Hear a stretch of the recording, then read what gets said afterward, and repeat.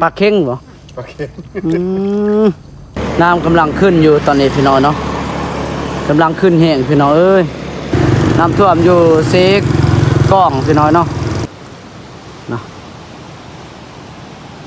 บาซิกะมาหอดครัวเซกะมานเนาะคือว่าลายขึ้นโอ้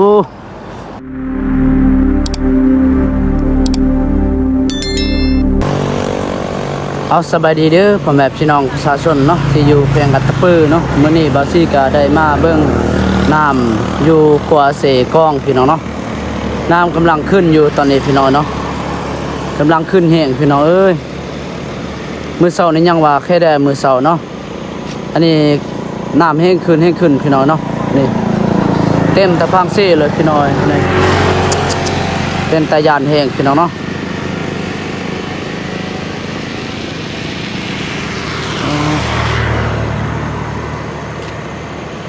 ฝากถึงพ่อแม่พี่น้องประชาชนเนาะที่อยู่ใกล้เคียงกับน้ำซี่หรือว่าอยู่ตรงไหนตรงนาเนาะให้ระมัดระวังพี่น้องเนาะเพราะว่าเขาเจ้าได้ปล่อยน้ำเคลื่อนพี่น้องเนาะนี่น้ำนี่กำลังขึ้นมาแห้งเลยพี่น้องเนาะบาซีก็ได้ออกมาถ่ายอีกตอนเที่ยงนี่แหละพี่น้องเนาะเพราะว่ามื้อเช้านี้ก็บาซีก็ได้ออกมาถ่ายมาเบิ่งเนาะมาเบิ่งน้ำอยู่ขัวเสกองเนาะก็หลายสมควรพี่น้องหลายนักหน่วงแหละพี่น้องนี่เนาะถูก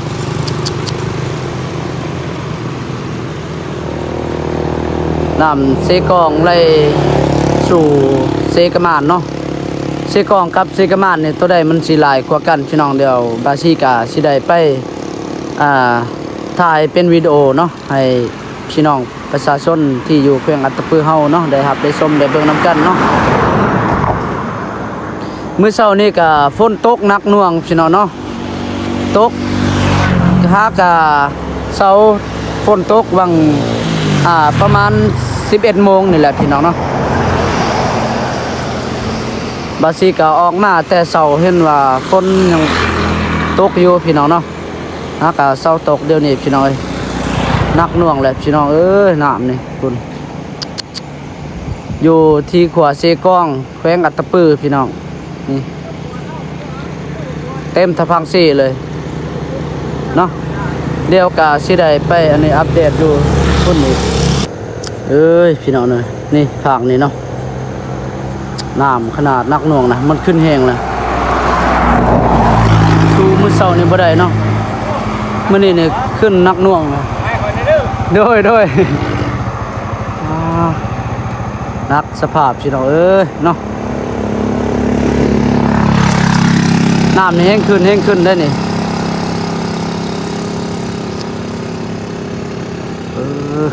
เป็นตะยานแห้งพี่น้องเอ้ยคือมื้อเช้าในบาซิกาได้ออกมาเบิ่งเนาะน้ำอยู่ห้วยพอกเนาะหรือว่าอยู่ขัวพอกนี่แหละพี่น้อง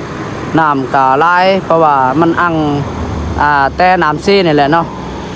มันกะไล่สู่ตรงไหนตรงหน้าได้พี่น้องเนาะคือ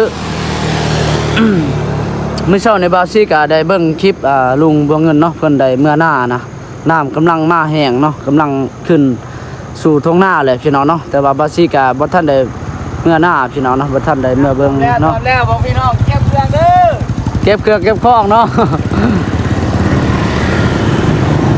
พี่น้องเอ้ยน้ำท่วมเลยพี่น้องเอ้ยต่างบ้านเฮานี่พี่น้องน้ำท่วมอยู่เซกกล้องพี่น้อยเนาะ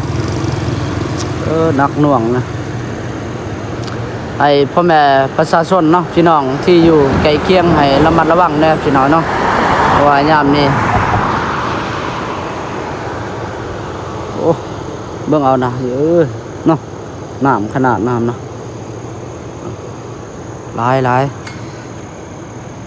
เดี๋ยวนี่เนาะบาซิกะสิได้ไปท้ายไปเบิ่งอยู่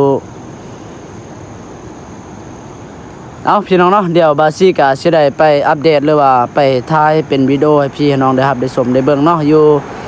ขัวเซกมานอีกพี่น้องเนาะว่าน้ำมันสิหลายซำใดเนาะเดี๋ยวเฮาไป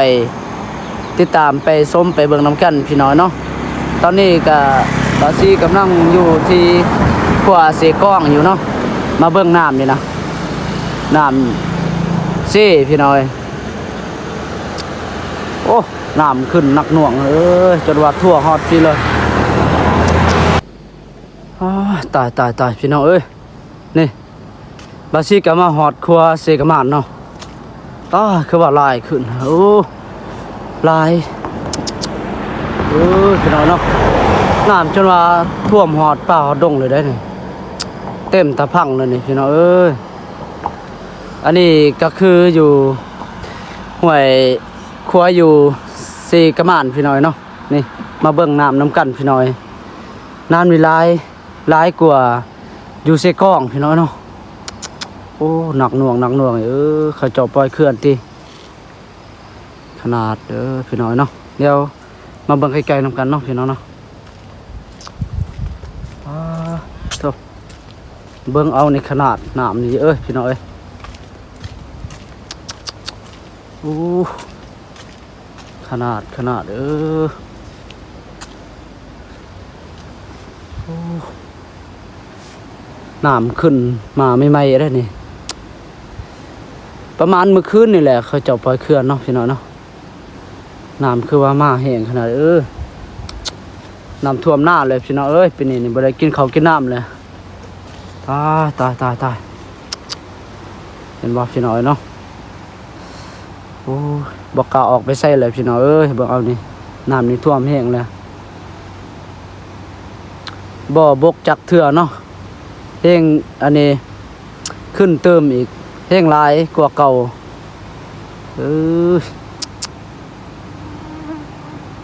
นักพี่น้องฝากถึงพ่อแม่ประชาชนการไปมาหาอยู่หากินเนาะหรือว่าเมื่อหน้าเนาะให้ระมัดระวังพี่น้องเนาะเพราะว่าน้ำสิท่วมเลยพี่น้องเนาะทางอัตตปือเฮาพี่น้องมื้อนี้เนาะบาซิกาได้มาอัปเดตอยู่ที่ครัวเซกะมานอีกเนาะเพราะว่าออกมาแต่ครัวเซกองบางอย่างนะพี่น้องเนาะก็ได้มาอัปเดตมาเบิ่งน้ำอยู่เซกะมานนี่พี่น้องนี่หลายกว่าอันนี้น้ำเซกองพี่น้องเนาะโอ้หนักหน่วงพี่น้องน้ำตายพี่น้องไปพี่น้องเดียวบาซิกาสิได้อัปเดตเบื้องหน้าเนาะโอ้เบิ่งเอาพ่อแม่ประชาชน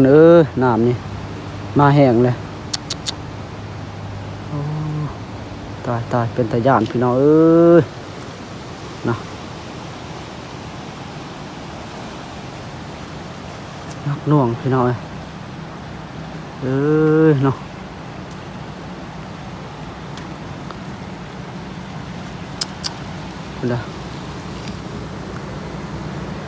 น้ำนี่แห้งขึ้นเลยพี่น้องเนาะเมื่อเช้านี้บาซิกาได้ไปอันนี้ถ่ายอยู่หัวเสกองนะก็น้ำก็ลายเติบอยู่บ่คือเดี๋ยวนี้เนาะเดี๋ยวนี้มันก็ขึ้นแห้งเลยพี่น้องเนาะเฮงมันขึ้นอีกนี่นักหน่วงพี่น้องเบิ่งน้ำกันพี่น้องเนาะตายเป็นตาย่านพี่น้องน้ำท่วมหน้าเลยปีนี้นี่เสียดายเขาอยู่หน้าพี่น้องบ่ได้เก็บเกี่ยวซ้ำปะมันเดาเบิดเลยฝนก็ตกบ่แห้งดอกแต่ว่ามันตกเบิดมือเลยนะตกบ่แห้งมันตกคอยเนาะอันนี้มันเป็นน้ำท่วมจากเซกะมานหาเซกองเนาะแต่เซกองหาเซกะมานนี่แหละเนาะมันท่วมหอดห่วยน้อยห่วยใหญ่สู่ทงไห้ทงหน้าพี่น้อยเป็นตาย่านแห้งเอาพี่น้องเนาะตายหนักสภาพ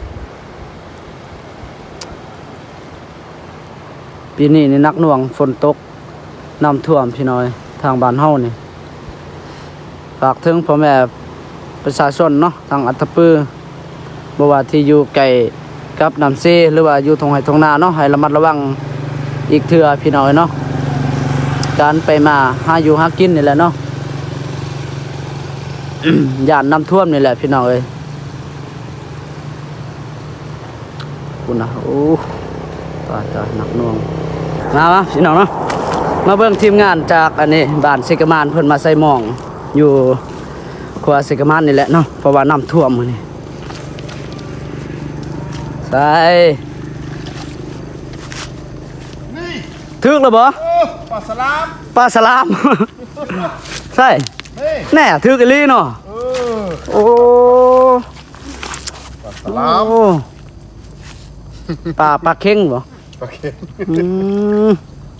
เดี๋ยวเนาะ ปลานิ่น อ้าว ไหนมาเลยได้นี่หอบเหล็กเฮกมานตัวหนึ่งเลย มองเสียเหาะ อันนี้นี่บ่ มองเสียเหาะ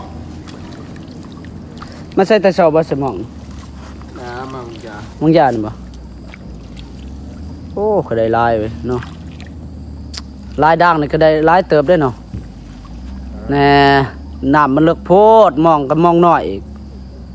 เอ้ยสิถึกบ่หาก็ได้ตัวหนึ่ง ปลาสลามแค่ไหนสิ น่าถึกแล้ว โอ้ ตายอันนี้ปลาสลามอันนี้ ปลาฉลามเนาะ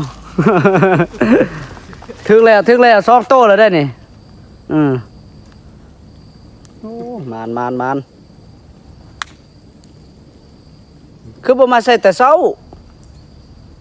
เด้เสียเหาะนาวย าหนาวอ่ะโอ้ เสียเหาะนาว ถึกแล้วพี่น้องเอ้ยนี่ มือก็กระลงน้ำเลยสิ ว้ายบ่กล้าเลยเว้ยมันหนาวเนาะ เอาก็จุ๊บน้ำเลยละ ใส่แต่เสานี่ได้หลายพี่น้องเอ้ยนี่น้ำขึ้นมาแห้ง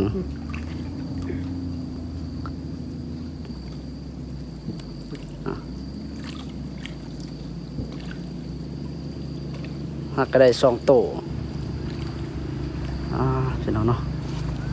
น้ำนี่มาแต่ซี่พี่น้องเนาะพุ่นจนมาหอดพี่น้องอันนี้คือน้ำอยู่ครัวซิกามานพี่น้องเนาะนี่ก็เลยอันนี้บาซี่ก็ได้มาพอเขาเจ้ามาใส่หมองถือไอ้บ่หั่นแน่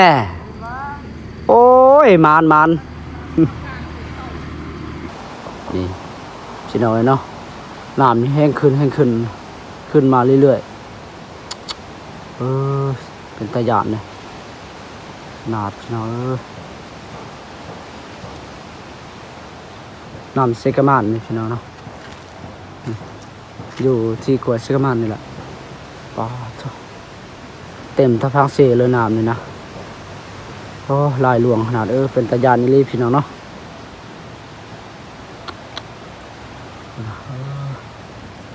ระยะพี่น้องเห็นบ่นักหน่วงนะปีนี้นี่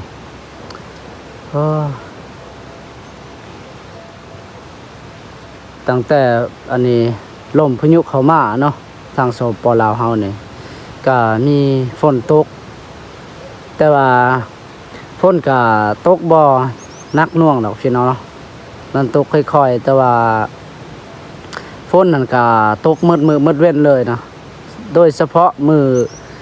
ซื้นกับมือวานนี่นักหน่วงแล้วก็มื้อนี้นะมื้อนี้ก็ฝนหากหยุดตก 11 โมงนะมื้อเช้านี่ก็ฝนตกอยู่เนาะ